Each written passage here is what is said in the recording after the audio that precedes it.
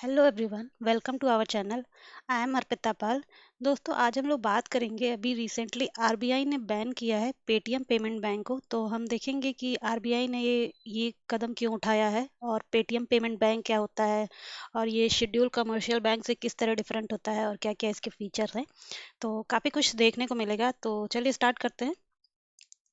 Start करने से पहले एक इन्फॉर्मेशन मैं आपको दे दूं। आप हमसे कनेक्ट होने के लिए हमसे फेसबुक पे जुड़ सकते हैं। ये हमारा फेसबुक पेज है।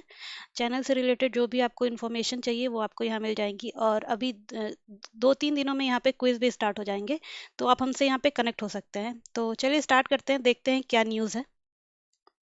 तो आप देख सकते हैं कि ये कुछ न्यूज़पेपर की हेडलाइन है जिसमें दिया है कि RBI bars Paytm bank for taking new customer. तो 11 मार्च को आरबीआई ने एक सर्कुलर जारी किया जिसमें उन्होंने बोला कि जो पेटीएम पेमेंट बैंक है वो न्यू कस्टमर की ऑनबोर्डिंग अब नहीं कर पाएगा। अभी बैन लगाया कुछ टाइम के लिए, तो वो बैंक ये जो बैन है, ये बैन आपका इमीडिएट इफेक्ट पे लगाया गया है। इसका मतलब ये है कि जब से ये सर्कुलर निकला है उस टाइम से पेटीएम पेमेंट बैंक जो है वो न्यू कस्टमर को ऐड नहीं कर पाएगा। और ये बैन लगाया क्यों गया है? क्योंकि बैंक में कुछ सुपरविजरी कंसर्न पाया गया है। तो आरबीआई ने अपने स्टेटमेंट में भी बोला है कि कुछ मटेरियल सुपरविजरी कंसर्न मिले हैं जिसके कारण ये बैन लगाया गया है। और उसके साथ साथ आरबीआई ने पेटीएम पेमेंट बैंक को बोला है कि आप एक आईटी आईटी ऑडिट फॉर्म को अपॉइंट कीजिए और आपका जो आईटी सिस्टम है उसका कॉम्प्रिहेंसिव ऑडिट कराएं।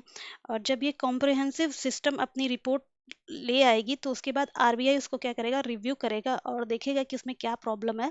और उसके बाद जो अगर उन्हें सही लगा तो ठीक है, उसके बाद नहीं तो वो उसमें कुछ न्यू नॉर्म्स वगैरह लगा के फिर न्यू कस्टमर को अलाउ करेंगे। तो देख सकते हैं ये आप कि आरबीआई ने एक सर्कुलर जारी किया था। तो उनके सर्कुलर में लिखा था कि action against Paytm payment bank under 35A banking regulation act. तो आगे हम देखते हैं कि ये पेटीएम पेमेंट बैंक क्या है और ये आरबीआई को इतनी अथॉरिटी कैसे मिली है कि वो किसी भी बैंक के ऊपर एक्शन लगा सकता है, कौन कौन से नॉर्म्स हैं। तो काफ़ी कुछ। तो आगे देखते हैं कि ये पेटीएम पेमेंट बैंक क्या है, इनके सीईओ कौन है और ये इसका हेडक्वार्टर वगैरह कहाँ है। तो देखते हैं हम लोग।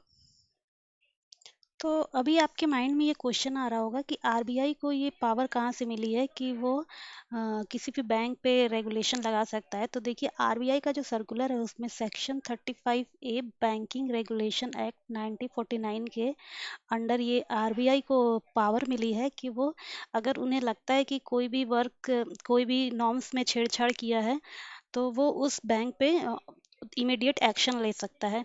तो अभी तो आरबीआई ने पेटीएम पेमेंट बैंक का जो आईटी सेल है उसमें उनको कुछ खामियां नजर आई कि कुछ उन्होंने उनके आईटी डिपार्टमेंट में कुछ प्रॉब्लम, कुछ नॉर्म्स में छेड़छाड़ किया है। तो इस वजह से उन्होंने अभी न्यू कस्टमर की ऑनबोर्डिंग स्टॉप कर दी है। तो ऐसा नहीं है कि ये पहली बार हुआ है, इसके पहले भी पेटीएम पेमेंट बैंक पे 1 करोड़ का पेनाल्टी लगाया गया था। उस समय भी इन्होंने नॉर्म्स में कुछ छेड़छाड़ थी उस वजह से। तो ये जो पेनाल्टी लगाई गई थी ये आपकी आती है section 26(2) of payment and settlement system act 2007। तो ये इसके अकॉर्डिंग होता है। और ये इसके पहले भी आरबीआई ने एचडीएफसी पे लगाया था क्योंकि वहाँ पे भी कुछ टेक्निकल ग्लिचेस पाए गए थे, जिस वजह से आरबीआई ने एचडीएफसी बैंक को बोला था कि आपके जो न्यू क्रेडिट कार्ड हैं वो इशू नहीं कर सकते हैं।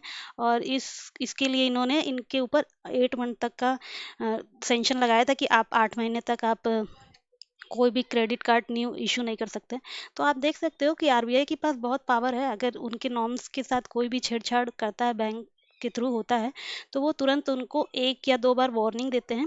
अगर फिर भी वो बैंक वालों ने उस पर एक्शन नहीं लिया तो फिर आरबीआई उस पर स्ट्रिक्ट एक्शन लेता है। तो देखते हैं कि ये पेटीएम पेमेंट बैंक के सीईओ कौन है। तो विजय शेखर शर्मा जो हैं वो फाउंडर एंड सीईओ हैं पेटीएम के।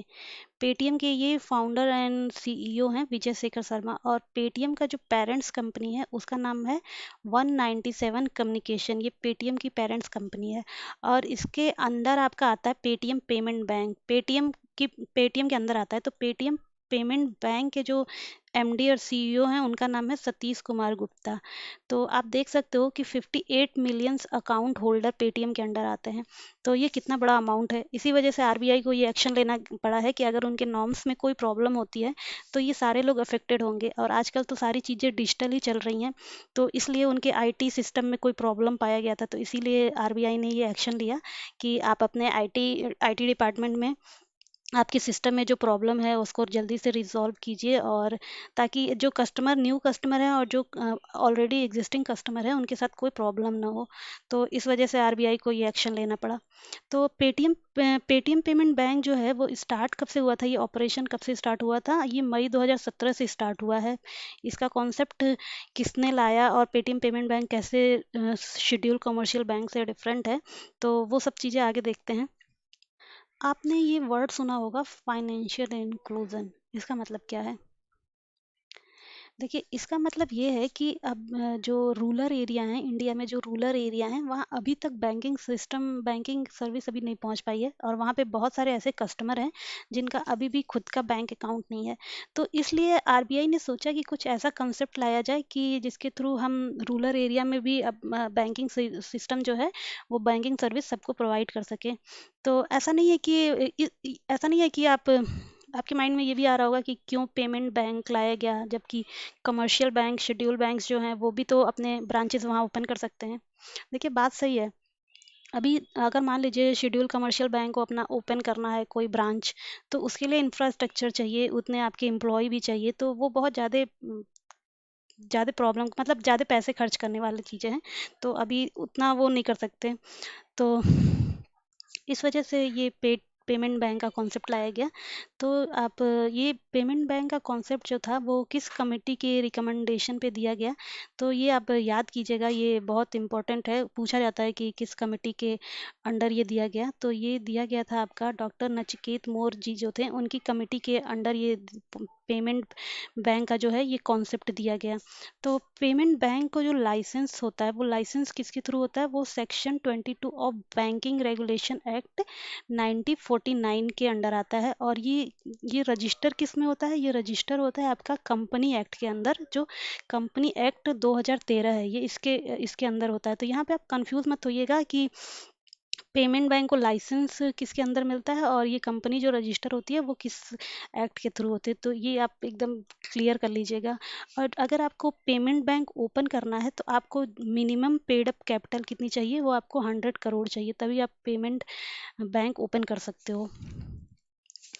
तो देख लेते हैं कि आगे क्या क्या ये सर्विस देता है। तो जो पेमेंट बैंक होता है वो आपका डिपॉजिट वो 1 लाख तक ले सकता है, कोई भी अकाउंट से मैक्सिमम वो 1 लाख तक जो वो ले सकता है डिपॉजिट। और ये जो होता है पेमेंट बैंक जो होता है वो डेबिट कार्ड और एटीएम तो इशू करता है, बट वो क्रेडिट कार्ड नहीं देता है, क्योंकि जो पेमेंट बैंक होते हैं वो लोन लोन नहीं दे सकते। तो जब लोन नहीं दे सकते तो आपका क्रेडिट कार्ड भी तो एक तरह से लोन ही है, तो वो क्रेडिट कार्ड इशू नहीं करता है। और जो पेमेंट बैंक है वो एनआरआई डिपॉजिट नहीं एक्सेप्ट करता है, जो भी बाहर के लोग हैं उनका डिपॉजिट नहीं एक्सेप्ट करता है। और जो पेमेंट बैंक है, देखिए अभी तक कितने पेमेंट बैंक है? टोटल 6 पेमेंट बैंक हैं, जिसमें से आपसे पूछा जाएगा कि ये क्वेश्चन कई बार आया है, फर्स्ट पेमेंट बैंक कौन सा है? तो फर्स्ट पेमेंट बैंक आपका है एयरटेल पेमेंट बैंक। मैं यहाँ पे नोट नहीं की हूँ पीपीटी में, मैं दे दूंगी। तो एयरटेल पेमेंट बैंक इसका फर्स्ट फर्स्ट जो पेमेंट बैंक है वो एयरटेल पेमेंट बैंक है। और अगर आपसे ये पूछा जाए कि first government own payment bank कौन सा है, तो फर्स्ट गवर्नमेंट के थ्रू जो ओन करते हैं वो होता है, वो है आपका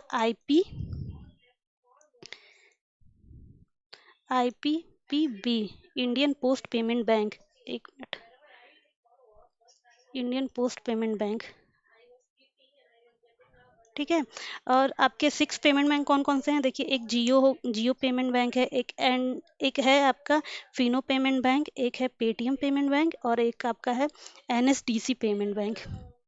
तो टोटल अभी तक सिक्स पेमेंट बैंक हैं जो काम कर रहे हैं। तो